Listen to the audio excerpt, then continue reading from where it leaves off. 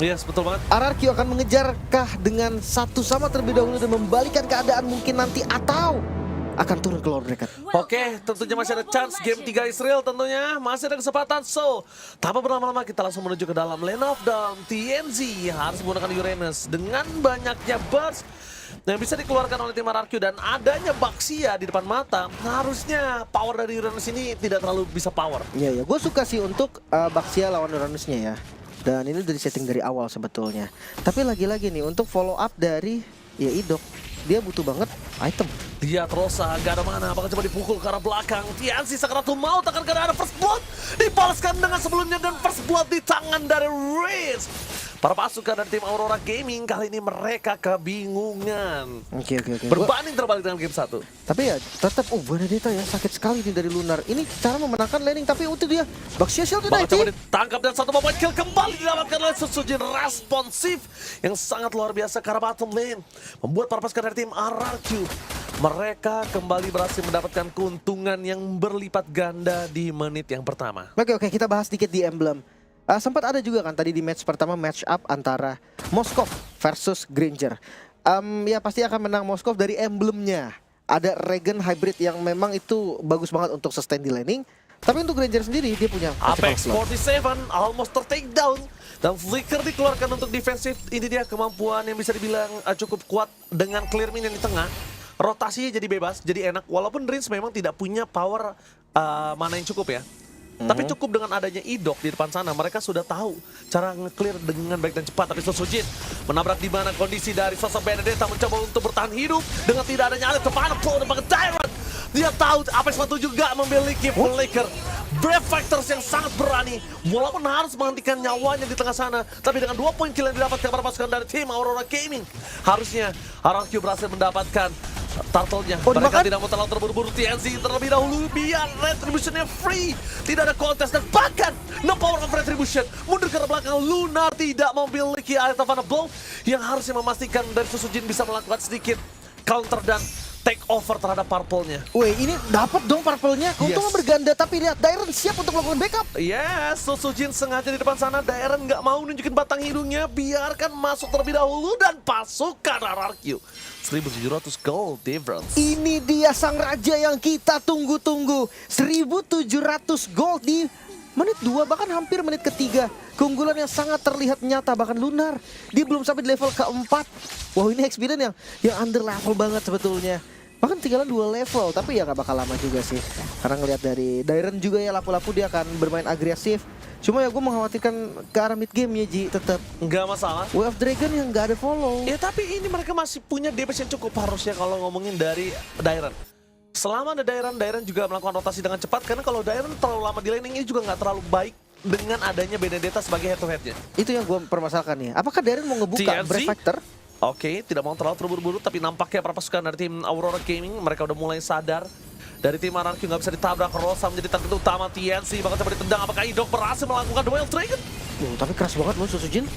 Masih aman ya. Masih cuma poke damage aja. Nah ini yang gue maksud tadi nih. Kalau TNC-nya kena Way of Dragon pun nggak akan tumbang. Dan Aurora Gaming sama sekali tidak ada yang pakai Purify. Ini kayaknya bisa dibilang salah satu chance dari RRQ yang sangat besar. Untuk tinggal pilih cap-cip siapapun yang bakal dia makan. Tapi sorry to say, gue setuju tanpa Purify.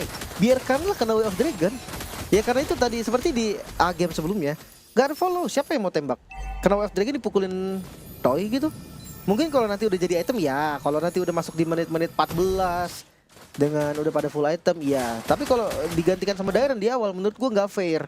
Kenapa? Karena Dairon dia akan lompat dan mencari targetnya sendiri. Tapi Rosa di depan sana menjadi satu sosok yang sangat kuat untuk melakukan metal detector dan mencari di mana keberadaan dari tim RRQ lainnya. Rins akan coba di zoning out. Lunar telah melakukan rotasi clear minion cepat, mungkin akan mereka lakukan, tapi satu turtle kembali mereka dapatkan dengan sangat baik. Menimbulkan gold yang tinggi, mungkin mereka tidak memiliki burst damage, tapi dengan adanya Toy yang punya power maksimal, ini bisa pengganti untuk damage tersebut.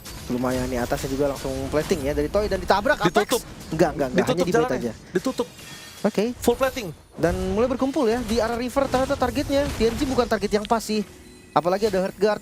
Gak ada Brave Fighters juga. Gak ada Brave Fighters dan ini Dairon. Harusnya dia sadar kalau dia nggak bisa fight lagi dengan tidak adanya Brave Fighters. Lepaskan midnya. kontrol bottomnya terlebih dahulu, Lim. Iya. Balik farming lagi ya. Ingat, dari winning conditionnya RRQ ini bukan pick off. Karena pick offnya mereka nggak akan berjalan dengan mulus. Midnya DPS, goldnya juga DPS. Jadi gimana caranya winning conditionnya kebuka, tercipta? Ya udah menangin lane-nya masing-masing. Karena tujuan dari pick dari Rins misalkan dia pakai Yif itu karena match up sama Yif. Terus kayak ada Sesujin juga anti regennya. Jadi udahlah fokus aja untuk farming dulu, menangin gold sejauh mungkin. Nantinya gold itu bisa dijadikan item yang membuat follow up damage-nya cukup. Ya itu sudah mereka lakukan kali ini. Udah ada Sky Pister juga dari Sigi Boom. Udah mulai harus diperhatikan. Para pasukan dari tim RRQ front to back-nya nggak boleh terlalu babar. Tidak boleh terlalu ada pertukaran yang maksimal. Tidak boleh ada satu buah pertukaran yang tidak worth it. Tapi The Way of Dragon menuju ke arah Lunar. Tapi nampaknya para pasukan dari tim Aurora Gaming berhasil melakukan sedikit covering up. Dengan flicker for defensive, TNC memilih mundur ke arah belakang. Sword skill yang keluar tanpa ada flicker ini masih worth it untuk kehilangan momentum tadi. Betul-betul. Rosa bisa jadi next target ya. Yes, Mungkin betul. di daerah Turtle nantinya atau ada invade jungle lagi yang dilakukan oleh RRQ. Yang pasti gold mereka sekarang unggul dan keunggulannya naik terus. TNC kebingungan kali ini, berbeda dengan sebelumnya. Biasanya dia bermain dengan hero yang bisa nge-carry. Bisa farming. Bisa farming, mainin laning jauh. Sekarang TNC hero yang jalan kaki. Pakai Uranus. Bahkan Ya. kita lihat dia nggak bisa berjalan cukup maksimal. Benar-benar damage-nya nggak terasa, keras juga enggak. Tapi ya hati-hati di mid game-nya sih, mobilitasnya itu loh yang susah. Tapi Lunar Petrify. Petrify yang sangat mahal dipancing Idok. Dan buat aku tadi ngeliat kayaknya Idok juga nggak mau The Way of Dragon sih. Iya, Karena mati dia tahu masih ada an Iron Eye. Dan Idok pun tahu Ji, ini nggak bisa ada follow up. Iya, itu dia. Kita lihat Rosa tidak ada flicker. Informasi didapatkan menuju ke arah Fiasi. Idong mencoba mencari target di mana berada Sigi Boom. Itu Tapi dia. nampaknya perpasukan dari tim Aurora Gaming hanya terzoning out saja. Oh, Crimson Beacon trigger Idong again and again. Kembali berhasil melakukan trigger tanpa ada effort. Itu dia yang kita tunggu-tunggu. Bahkan kalau misalkan bisa ngomong, Setsujin akan bilang, rasakan yang tadi saya rasakan. Dilompatin lapu-lapu pakai Uranus. Nggak kuat, nggak nahan. Apalagi item awalnya brute force kan. Kalau dia mungkin Dreadnought jadi anti kuiras masih ketahan dari lapu. Rasakan kesakitanku. Yang tadi. Yang tadi, oke. Tapi Toy one by situation di arah bottom lane. Dia mencoba untuk melakukan sedikit clear minion terlebih dahulu. Memang kalau ngomongin poking nggak bisa dilawan ini. Ngomongin Granger sakit bro. Bener, tapi ada Rins, tenang. Rins juga punya range yang lumayan jauh. Sementara Purple Buff mulai di-invade lagi. Ada TNC masuk lebih dalam lagi. Jangan dilupakan langsung ada Dairon. Ini dia lapu-lapu. Dan langsung berhasil mendapatkan damage yang sangat besar. Tapi nampaknya Brave sekarang belakang adalah pilihan yang sangat baik. Dengan harga sudah mulai masuk para pasukan dari tim Aurora Gaming. Mereka kembali kehilangan source of team fight mereka. Ya, Kehilangan harga untuk Aurora Gaming itu penting loh. Makanya dan sekarang Konser mereka Gaming, ready. Sigi Boom! Wow! What the Prediction yang sangat baik dari Sigi Boom berhasil menghindari damage yang diberikan dan Idok kali ini harus kehilangan flickernya. Finally flickernya kehilangan tanpa ada pertukaran sama sekali. Vector Final Blow. Lalu Tovan Blow masih ada Petrify di depan sana. Mungkin Lunar kalau tadi nyangkut di ujung akan bisa mendapatkan satu poin kill atas Toy. Tapi ternyata enggak sampai sama sekali damage dari Tovan Blow ya. Masih belum bisa ya. Sementara Setsujin, oh Retribution. Spirit of Distraction? Masih aman, masih aman. Jangan lupa ya, ketika dari tank jungle pakai Bloody Retribution itu sakit loh. Sakit itu anggapannya kayak tambahan satu skill yang damage-nya juga lumayan. Sementara TNZ, ya dia sama pakai Bloody Retribution juga, cuma dia kalah level, kalah darah. Jadi membuat mau nggak mau dia kalah akan gold. pegang landing jauh dulu tadi. Kalah gold juga membuatnya sulit banget untuk bisa bertahan. 6.000 gold sih.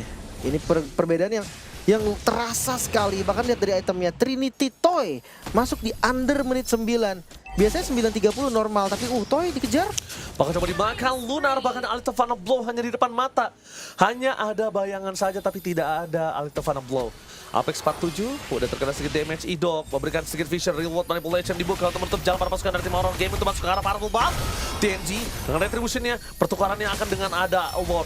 Flicker ke arah belakang for defensive, well after getting on point tapi tanpa ada following up damage yang cukup tidak baik dan range-nya disounding out terlalu jauh. Saya mencoba untuk menyelamatkan Rosa harus ter-take down, Riz masih bisa selamat. 3 pemain dari tim Aurora Gaming ter-take down, a free lock untuk permasukan dari tim RRQ. Itu dia, cara untuk follow up gimana yaitu salah satunya pilihan dari RRQ adalah perbanyak goldnya.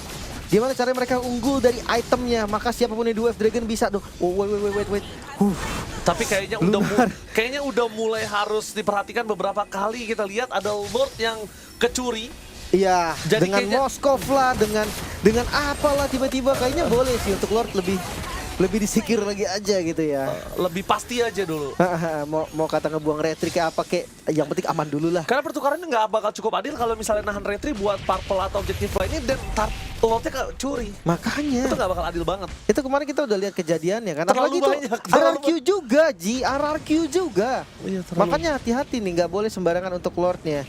Dan ya kita akan melihat nih seperti apa using Lord dari RRQ. 8.000 gold Lunar cuma untuk ditabrak tapi masih aman, masih terlalu jauh. Mereka akan fokus untuk 3 lane dulu, tapi lihat dipotong bawahnya. Dipotong bawahnya sama TNC mungkin akan cukup lama. Para pasukan dari tim Aurora Gaming kali ini mereka juga standby Siki Boom. Gak mau tahu terburu-buru, yang dipastikan adalah Holy Defense di arah top lane pecah. Itu target utama mereka. Walaupun lihat Dairen benar-benar membuat TNC kesulitan di arah bottom lane. Memang untuk numbangin kartu TNC agak cukup sulit. Tapi lihat seberapa banyak waktu yang diberikan. Bahkan Heartless pun sudah sampai masuk ke arah bottom lane.